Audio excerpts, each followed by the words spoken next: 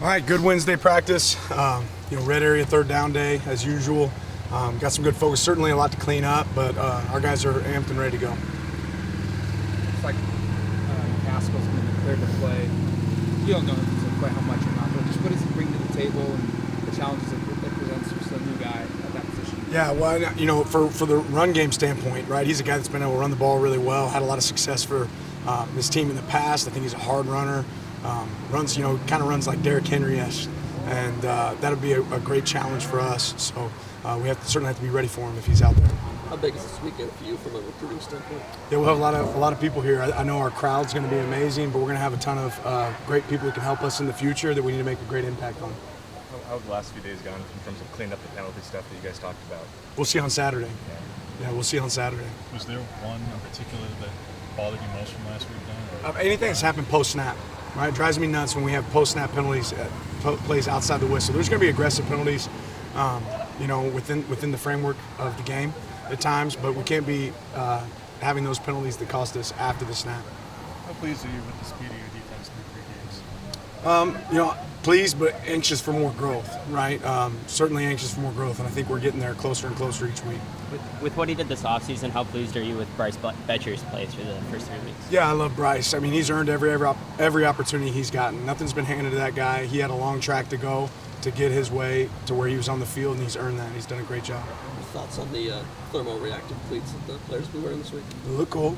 Yeah, they look really cool. I mean, I think that's a great representation of what it's like to be at Oregon and be connected with a place like Nike and how much they do for us and how they make an impact on our program, because those are pretty neat. And what I love about it is when these guys are wearing them at practice, I can tell if they're practicing hard, right? If their cleats aren't turning colors, then we got a problem, right? Better than the GPS sometimes. What have you made of Ross James punting? I know his average is over 50, kind of a small sample size, but your thoughts on how he's performing? Yeah, I think he's done a great job. He's got to continue to bring that consistency that he's brought for us, but really pleased so far with the punts that he's hit. Is Jordan Dominic a threat on the edge, where you guys haven't faced a lot of premier edge guys just yet, but he's probably the most productive? What makes him a challenge? Yeah, I think it's motor, right? The guy goes hard consistently, and they operate with some different techniques on the edge. At times they're attached to the tackle, and at times they're sprinting up the field. So they're going to pass rush probably more than what we've seen from some other guys. Similar probably to Texas Tech at times, but he does a good job. With this being the biggest matchup the team has faced so far this season, it being Pac-12 play, being Colorado, just what have your conversations with the team been like about distractions outside of football? Play the game, not the occasion, right? And it's another game. It's a different game. It's a worthy opponent. They're really a good team, but play the game, right? Play your game. I don't know if we've asked you yet. Do you know Dion well, or have you guys crossed paths over the years? No, I don't know him well.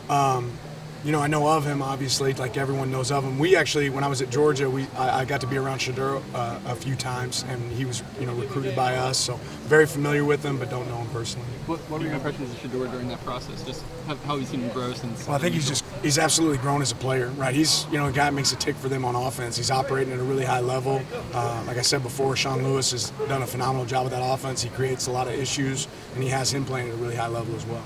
I'm asking you your memories of Coach Prime as a player back in the day. What do you remember there? The high step. Yeah, I remember the high step, man. I mean, dynamic returner, dynamic guy when he's matched up, it's going to be hard to complete a pass. What's it been like recruiting against him in their operation, Danny?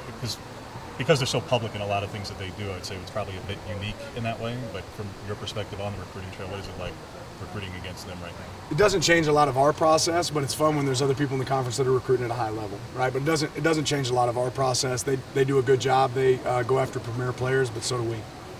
Coach, with Nick Williams back in the day when he was first starting at Georgia, just what did you perhaps teach him that you'll probably be seeing this weekend, and things that kind of stick out about him to you?